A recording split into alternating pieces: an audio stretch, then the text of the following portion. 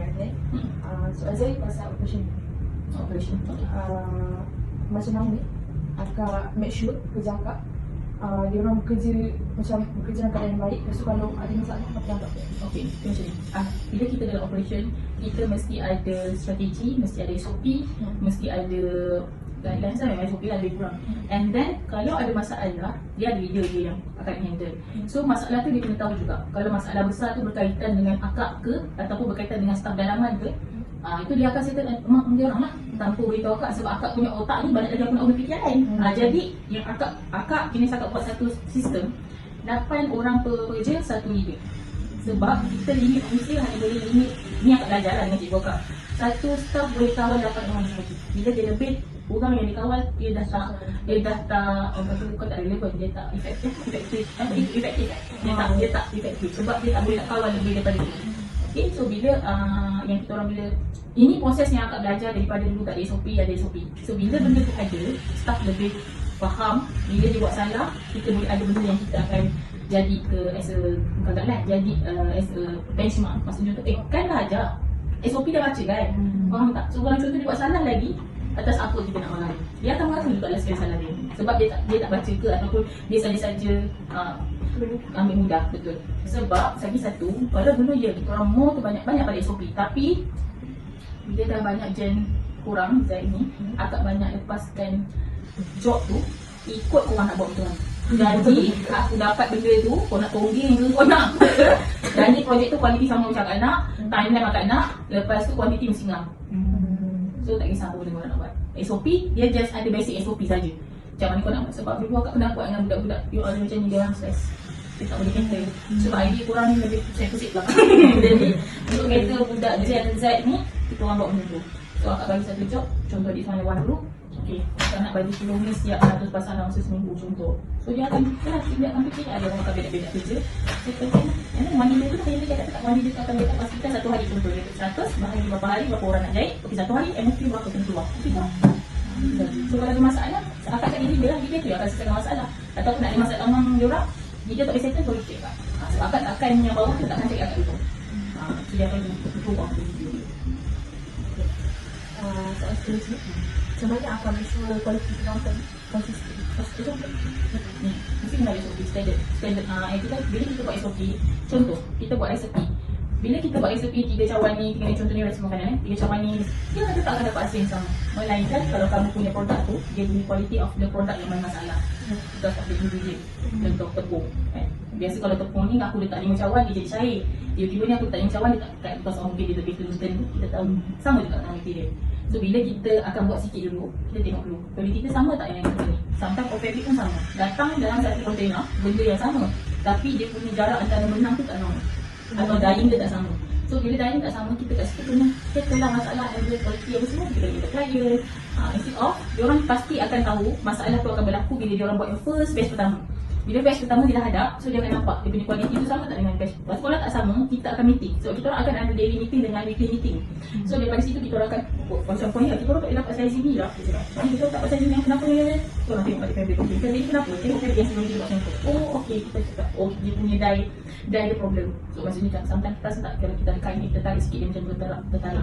Ya, sebab sekarang kan orang nak murah. Jadi nak kain fabric murah. So kualiti tu jadi affected kat kita orang. Jadi kita orang kadang-kadang kain bukan daripada kita orang saja. Kadang-kadang dia orang bawa sendiri. Bila bawa sendiri, kita orang punya kain kat sini yang sejajar tak sama dengan apa yang dia bawa. Jadi kita orang buat sampel, okey sama. Tapi bila kain yang tiba-tiba dia datang by container tu yang punya dia bawa balik. Dalam banyak-banyak tu ada dah 10 yang tak okey, yang semua everything semua tu lah. Tapi kita guard dia sebagai apa sampel yang kita dah buat, kita comparekan dengan yang kita dah buat sekarang ni. Lepas tu mereka faham lah. So dia okey, kita proceed. Kalau tak okey, kita tak ambil. Sebab tak nak ada tu ni. Untung kau banyak kan. Sebab dia tukar kalau bayangkan lah, aku bawah tu RM2 tinggi tu lah.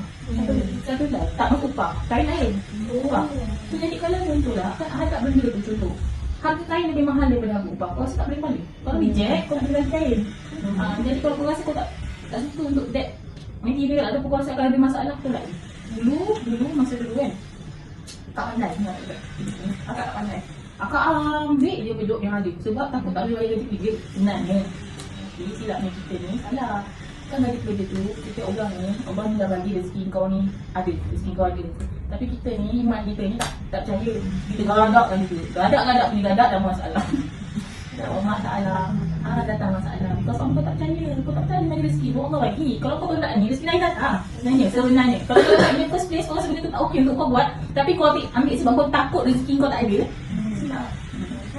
So, bila dah faham benda tu, kalau kita tengok tu tak best, tak apalah. Macam contoh founder datang pun macam okey, kewat sikit kan. Cakap tak boleh lah. Biasanya kalau kewat ni, diorang nak harga murah je. Lepas tu, diorang nak quality putih. Diorang rasa macam, sebenarnya akak ni faham satu benda yang akak bukan salah tadi. Awak untung sikit, saya untung sikit, tapi kalau kau rasa kau nak banyak, kau nak tekan yang ni, minta maaf lah. Kita pun tak boleh. Sebab akak ni ada sungai pun. Bukan kita bangla Pakistan yang kau boleh push up untuk datang. Pukul 5 semua nak balik. Jadi kita akak pun kat sini akak fikir macam tu. Pergi je, okey. Aku boleh nak layak Allah, aku nak tolong orang. As long as aku boleh bagi gaji, aku boleh layan lain tu, kau bagi aku kemudahan. Tapi so far lah, jarang lah jumpa yang kewat-kewat tu. Dalam setahun tu, seorang je. Tapi kewat tu kan datang balik. Sebab kita jenis kita macam nak tengok akak ni kan. Akak ajar dia, daripada yang dia tak tahu apa-apa, sampailah dia boleh tahu apa-apa. Contohlah, cari influencer ke, cari videographer ke, mana-mana. Walaupun dia jadi macam tu, sampai sekarang dia tak ada knowledge pun. Because of dia rasa dia ada knowledge dan dia anggap kita ni macam tak ada apa-apa. Bila was akak cakap, akak ni sebenarnya udah orang yang ada ilmu juga, educated. Kita bukan orang yang memang orang kampung menjahit lah. Kita tahu kat Summers, and akak cakap akak buat bisnes daripada zero. Baru dia orang kata, oh ya ke? Macam mana? Bagaimana yang bulan? Macam tu lah.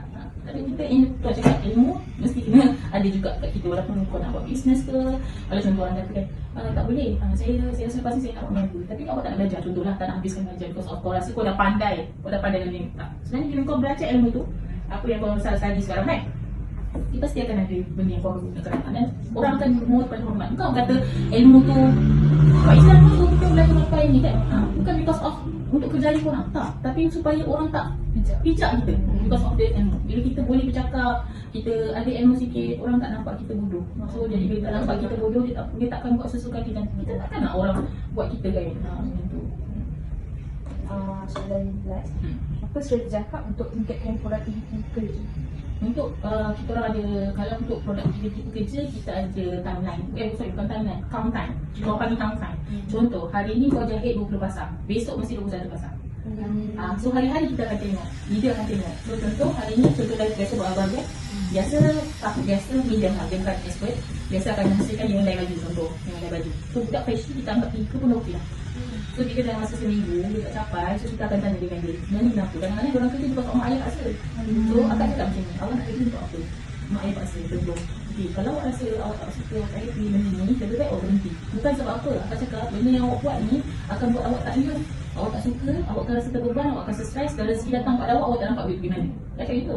Awak nak jadi apa? Contohlah, kalau kata saya nak kerja kisah, tak apa, awak pergi kerja. Sebenarnya apa yang best dengan bekerja adalah environment sebenarnya. Kalau awak kerja gaji besar, environment tak okey pun pergi je. Tapi kalau kau gaji biasa-biasa pun, tapi orang kata circle kau okey, tak ada belakang step apa semua kan, circle okey, it should be fine. And then kau urusan gaji yang korang walaupun sikit, tapi okey bagi semua. Macam tu lebih kurang. So akak bagi nasihat je, terpulang pada dia. Tapi selalunya adalah dalam 10 orang seorang dia yang pergi, lain semua stay. Sebab dia orang macam orang ni sebenarnya korang tak nampak future tak lain sebenarnya kan. Macam korang tak nampak, korang punya orang panggil lah break, orang panggil apa lama tak masuk okey dia dalam career path. Orang career path. Once you tak faham career path, you as a leader pun you tak terang kepada staff you career path dia akan pergi. Sebab dia akan fikir, apa selama ni aku nak jadi mesin untuk bila dia faham career path dia, bila you ada value pada diri you. Macam saya suka cakap dengan akak, suka cakap dengan staff, you have to add value. Means contoh add value, akak boleh pilih untuk jadi benda lain sebenarnya. Akak boleh jadi consultant, tapi kenapa aku letak duduk sini? Contoh, because aku nak add value pada people. Contoh, so macam kau belajar dekat sini walaupun kau rasa macam mana jahit sekarang sebab kau tak susah. Sekarang kau rasa bila kau menjahit, kau tak nampak benda tu membantu kau. Tapi once nanti kau susah, tiba-tiba lah nak kita gigi COVID macam ni kan, kena duduk rumah je, apa kau nak buat? Kalau kau ada ilmu menjahit, kau boleh buat kelas, kau boleh macam-macam benda kau boleh buat. Kau boleh jual benda, scrunchie pun boleh. Berapa ramai orang jual scrunchie sekarang dah masih dah menang dah RM1,000 sebulan. Benda tu kau tak nampak. Sebenarnya kemahiran sekarang ni sangat mahal. Sangat mahal.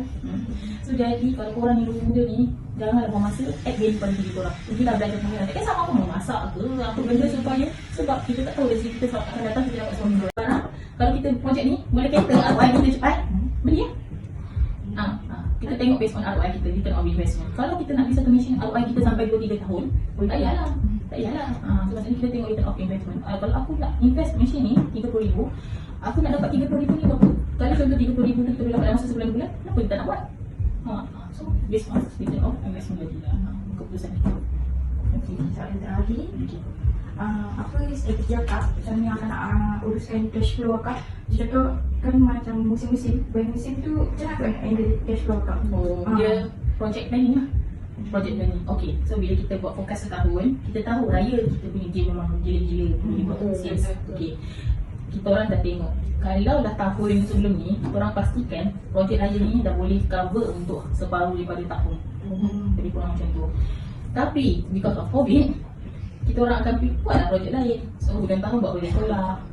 Kalau yang awal tahun ni buat projek baju kerajaan, uniform ke apa ke, pecah-pecahkan lagi. Kalau dulu kita orang kereta founder saja. So benda sekarang kita terpaksa jaman besarkan revenue. Tapi walaupun besarkan jaman revenue, kita sekecil-kecil lah, tak adalah banyak-banyak. Maksudnya contoh baju uniform, misal dapat untung, okey, alhamdulillah. Sebab kita tak boleh invest banyak. Kalau kita invest banyak, kita kena top up mesin. Jadi apa yang ada, mungkin ada dah nak. So tambah revenue daripada segi projek. So macam contoh kat sini ada Merdeka, kau masuklah projek Merdeka pula. Projek Merdeka pula. So itu based on projek macam tu lah. Tapi selain ni sebelum COVID tu memang kita orang akan pastikan kita orang boleh cover half year keuntungan lah, boleh cover overhead everything semua.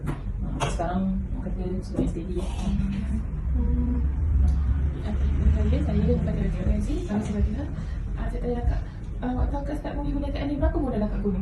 Kak minta pinjaman daripada kerajaan ke atau buka perniagaan? Tak. Akak pakai apa yang ada di tangan dulu. Oh, full duit Kak? Ya, full duit akak. Jadi yang mana zero? Tak ada. Tak. Dulu aku dah gila loan masa dulu. Kerja sama kan dah gila. Aku dah takut loan. Takut loan. Loan dah banyak aku dah buat loan lagi. Dah tak ada kerja. So, masa kerja rawat dulu akak memang minat passion. Akak minat passion dengan masak. Tapi akak fikir masa tu akak sakit. Kalau aku main masak, abang cepat mati. Macam rukut. Jadi akak fikir tak yalah. Aku boleh jahit. Kalau aku tak boleh jahit tu, kalau dia busuk dia tak pasti kan contoh. So, that's why akak masuk perintah. Masa akak masuk perintah, akak cakap sebelum kita nak buat Islam, if it's enough kan. Dia orang nak berhenti kan semua. Macam hati tu macam tak apalah, berhentilah. Tu kita buat plan A, plan B. Kalau dah jadi ni. So, bila akak buat instead of akak dah pilih untuk decide business, jenis akak, aku akan all out. Sebab, kau bayangkan, kalau kau di tempat akak, rasa sekali mahal tak kalau kau pergi kerja? Itu push factor akak. So, nak tak nak, orang yang cakap, ya aku beli gaji ni, sayang aku nyangka bila dengan tukang jahit. Dia kasi je akak punya tu, memang totally hilang benda tutup. Bayangkan akak je, tu 70,000 helai. 70,000 helai akak jahit, almost separuh daripada tu reject. Kalau reject, kau bayangkan dia dapat upah duit setengah je. Kalau kain 70,000 kau 10,000 tu nanti, upah tu yang kita tak nampak lah. Menangisnya akak waktu tu. Padahal sebenarnya kita dah discuss dengan klien, dia kata okey je. Tapi bila dapat dekat dia kata tak okey lah, dia kata mesti dah memang kan. Akak ni, satu bila kita buat sesuatu benda, kita mesti ada mentor. Akak memang cik mentor sebelum akak lahir. Dan mentor kita mesti tinggi daripada kita. Maksudnya skill dia tinggi, production dia tinggi. Okay? Akak cakap mentor kat Johor. Akak pergi jumpa dia, akak cerita ni nak dapat guru kan. Nak jadikan cerita. Bila dia dengar cerita akak kan, dia cakap patut dia jadi macam ni. Kau pagi pun Islam, petang kau kopi. Tengok kan. Aku dengar, Allah, dia cakap apa tuan cakap? Yelah, engkau pagi kau solat duha, kau solat tahajud ni bla bla bla. Bila malam KPI dah sampai, kau garak semua kerja kau tak fikir kau punya kerja tu penat ke, ada buat bapak ke, ada lelaki ke. Faham tak? Sebab production untuk orang ni, kan tak cakap dulu, akak cakap orang nak kena ikut kita, jangan kita ikut dia. Deadline kita, deadline kalau kau tak boleh buat, kau bagi tahu dia nak dia ambil, dia tak nak dia. So jadi bila dah faham benda tu, bila dia jadi macam tu, sebab kau sanggup, kau jadi pak sanggup dan kau rasa okey. Faham tak? Sebab kau tak percaya rezeki kau sebenarnya. Yang pegang hati customer siapa? Yang ni orang mentor. Akak jadi macam ni because orang mentor aku bagi dia coach. So dia kita orang dah yang mana tahu. Sebab tu kau jumpa orang kita orang semua baik. Sebab dia dah faham konsep tu. Yang kau nampak ajar-ajar yang macam influencer yang tu semua terpukul tak payah. Kau betul-betul kaya, dia tak macam tu, dia tak tunjuk duit. Dia semua benda-benda kebaikan dia buat tolong makan tapi yang kau tengok semua tu yang dia tunjuk tu tak ada. Akak jumpa orang. Memang semua soal bila kita faham konsep rezeki tu. Memang akak cakap reject kan. Bahasa dia cakap kata kapi semalam tak lah cerita kapi kau semua. Memang kalau kapi memang orang solat taubat dia tak nak mentor kan. Balik ni kau pergi cakap jumpa tim kau minta maaf dulu. Walaupun kau leader, kita jangan ego gitu. Kau pergi minta maaf dia ambil masa walaupun dia sebab dia future dia tak boleh cakap no. Kau dah cakap suruh buat kat OT everything sampai pukul 4 pagi tidur kat sini Red Bull aku suruh botol bagi aku. Mengaku aku duduk kat situ. Sebab apa? Because of kita nak ikut KPI dia punya customer nak buat juga. Mesin pula masa tu time kau nak ni dah time buat hal. Faham? Jadi bila kat situ dia kata balik minta maaf kau buat solat taubat semua dia aku buat kan. Sebab lagi 2 minggu nak jumpa perempuan ni, nak jumpa founder tu. Nak jumpa founder tu lah. Memang kami nak jumpa founder tu. Aku expect banget nak cakap ni aku ni betul-betul dah ni. Tapi kalau dia minta ganti mana lah. Kak memang dah tawarkan lah ya Allah. Kalau kena ganti-ganti lah, tutup-tutup lah. Sebab maknanya kau kadang kau yang pegang kan. Pergi kami jumpa dia, waktu tu dia tak cerita pun pasal reject. Aku yang tanya. Kita cerita langsung. Kita pasal projek baru. Aku nak duduk dengar, tak nak dengar. Aku benar nak cakap pasal ni. Kita dah istighfar sebab dia jalan tengok istighfar. Aku nak tanya ni pasal yang tu. Oh, lupa lah nak cakap. Dia kata pasal tudung tu. Hari tu dia reject. Dia kata ada seorang perempuan datang beli. Dia habis dia borong semua. Kau faham tak? Lepas tu akak cakap, ejen ke? Sebab mereka kan yang ejen. Satu datang, satu beli sangat tu. Macam tadi, kalau nak pergi untuk kenduri, biasa kan baru berapa puluh, ni beribu dia beli. Tak tahu nak buat apa. Lepas tu cakap, habis aku tu tak entah. Perempuan tu datang, dia beli semua. Aku malah nak fikir, benda tu memang dah reject kan? Itu aja. Faham tak satu ni? Itu tak, itu dah magic. Kena percaya. Sebab bila akak cerita balik, aku menangis dengan mentor tu. Dia kata apa? Itulah magic yang saya nak ajar awak. So bila awak faham pasal konsep rezeki, aku dah goosebumps ni. Bila kau faham pasal konsep rezeki, Allah akan datang pertolongan daripada mana arah. Jadi dia tak payah nak fikirkan dengan kau tak datang dari hadapan. Dalam bisnes ni memang kau tak ada kuasa Allah cuma Allah. Kan? Kalau saya harus semua buat kan? Membagi rezeki Allah kan? Jadi kalau kau letak balik pada Allah, takkan Allah jahat tak nak dengar benda. Alhamdulillah, start daripada tu memang akak bulatkan hati dulu. Aku lah bawa duit. Dulu aku bulatkan hati. Memang aku cari setiap rezeki, setiap aksi yang sampai ni memang kena daripada Allah. Semua terima kak, semua kak. Solat, wajib.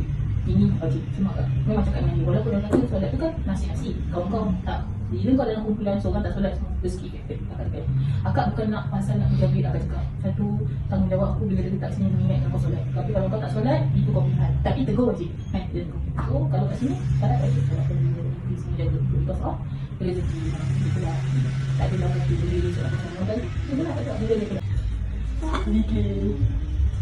Cici tak apa. Kalau kita tengok.